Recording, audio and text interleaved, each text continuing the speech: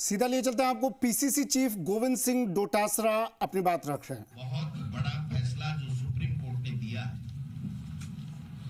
अब आप देखिए कि जो देश का प्रधानमंत्री ये कह रहा हो कि न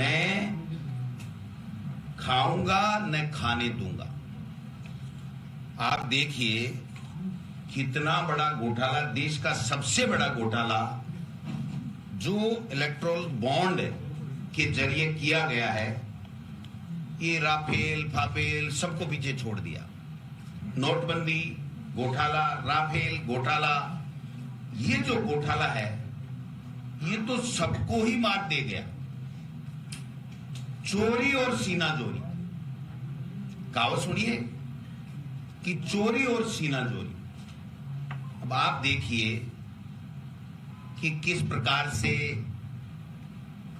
गिव एंड टेक किया गया। काम लो, किस किस पार्टी को कितना चंदा दिया, तब देश के सामने इनकी सच्चाई आ जाएगी। और मैं समझता हूं कि देश अब इनको माफ करने वाला नहीं है। आज ये कहते हैं कि हम ईमानदार लोग हैं, हम पारदर्शिता से काम करते हैं। ये संस्थागत भ्रष्टाचार किया गया है। और मैं समझता हूं कि जिस प्रकार सुप्रीम कोर्ट ने अनकॉन्स्टिट्यूशनल स्कीम बताया है, इसका मतलब ये हुआ कि जो स्कीम ही असंवैधानिक है, उससे लिया गया पैसा भी पूरी तरीके से असंवैधानिक है, इलीगल है। उस पैसे से आपने पता नहीं कितने चुनाव जीत लिए, कितने बीजेपी के कार्यालय बना लिए, कितना इवेंट मैनेजमेंट कर लिया, कितने दूसरे देशों में वाई लूट ली। और मैं समझता हूं कि आज हमारा सर, पूरी दुनिया में सर झुक गया है कि इस तरीके से स्कीम बना के, नीति बना के और एक लूट की गई है। क्योंकि जिन कंपनियों के केंद्रीय मंत्री लोकसभा में भाषण देते हैं कि इस कंपनी को हमने ऐसा ठेका दिया, ऐसा ठेका दिया कि देश का 5,000 करोड़ रुपया बच गया, और पता लगा 1,200 करोड़ तो इन्होंने चंदे के रूप में, इलेक्ट्रॉनिक बॉन्ड के रूप में ले लिया। अब जब कंपनियों के नाम सामने आएंगे, प्रतिदिन खुलासे होंगे, तो इनकी जमीन खिसकेगी और लोग ये कहेंगे कि मोदी की गारंटी है कि किसी को नहीं छोड़ूंगा। विपक्ष है, उसको येन केन प्रकार झूठे मामलों में जेल में डालो। अगर कोई अलायंस बन रहा है तो उसको धमकाओ, डराओ, और किसी को काम देना है तो पहले जमा कराओ या 7 दिन में जमा कराओ। क्या क्या स्कीमें चलाई हैं। आज देश का हर बुद्धिजीवी जो इन बातों को समझता है, वो ये कह रहा है भाई ये तो बड़ा फ्रॉड है, बड़ा घोटाला है। ये तो चोरी और सीना चोरी वाली जो कहावत है वो यहां पर मोदी जी की सरकार के ऊपर पूरी तरीके से फिट बैठती है कि विपक्ष को धमकाओ, कंपनियों को धमकाओ, चहेतों को ठेके दो और धमका के पैसे लो, ठेके दे के पैसे लो। मैं समझता हूं कि राजनीति के अंदर कोई भी ऐसी पॉलिटिकल पार्टी नहीं है जो किसी से चंदा नहीं लेती है।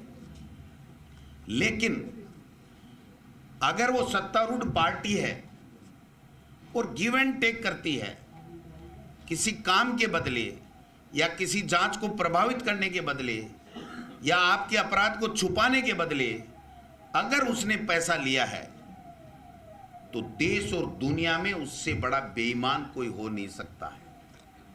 तो मैं समझता हूं कि इन्होंने जो जिस प्रकार से संगठित गिरोह के रूप में काम करते हुए देश की संपदा को लूटा है, महंगे दामों में ठेके दिए हैं, मैनेज करके ठेके दिए हैं, केस किए हैं, रेड डाली हैं और फिर उन केसों को दबाने के लिए पैसा लिया है। ये जो जिस प्रकार का कुकृत्य किया गया है, अपराध किया गया है, ये देश की जनता इनको माफ करने वाली नहीं है। समय आ गया है जब इलेक्शन कल शायद इलेक्शन कमीशन घोषित कर देगा, और आज सुप्रीम कोर्ट ने फिर कह दिया है कि आपने कहने के बावजूद भी सही काम नहीं किया है, क्यों नहीं आपको जेल डाल दिया जाए। आप ये सूचना भी दीजिए कि जो इलेक्ट्रॉनिक बॉन्ड जो है, इलेक्ट्रॉनिक बॉन्ड जो है उसके नंबर भी आप दीजिए, जिससे पता चल सके कि किस बॉन्ड से। एक और बात हुई है सब, ये बहुत बड़े देश के प्रधानमंत्री से हमने बार बार सुना है, ये सेल कंपनियों को खत्म कर देंगे। हम छापे इसलिए डाल रहे हैं कि भ्रष्टाचार देश से खत्म होना चाहिए। इन भाई साहब सेल कंपनियों के माध्यम से कितना पैसा इन्होंने लिया है, ये अब तथ्य उजागर धीरे धीरे हो रहे हैं। ये सेल कंपनियों का खेल, काम के बदले पैसे लेने का खेल, डरा करके धमका करके संवैधानिक संस्थाओं के दुरुपयोग के माध्यम से पैसा लेने का खेल, मैं समझता हूं कि ये पूरी दुनिया में किसी स्टेट में इस तरीके का नहीं हुआ होगा जो हमारे देश में हुआ है। लेकिन सुप्रीम कोर्ट का धन्यवाद कि उन्होंने इस तथ्य को उजागर किया है। इसलिए मैं अपनी बात यहीं समाप्त कर रहा हूं। पहले रोहित बोरा जी बोलेंगे, फिर इन विषय के ऊपर हमारे किसी से भी कोई सवाल होंगे तो हम उनका सवालों का जवाब देंगे। मैं चाहता हूं कि एक बार जो देश के प्रधानमंत्री ने राजस्थान के चुनाव में वोट लेने के लिए जो गारंटी पेट्रोल और डीजल को लेकर के दी थी, वो मेरी टीम उसको दिखाए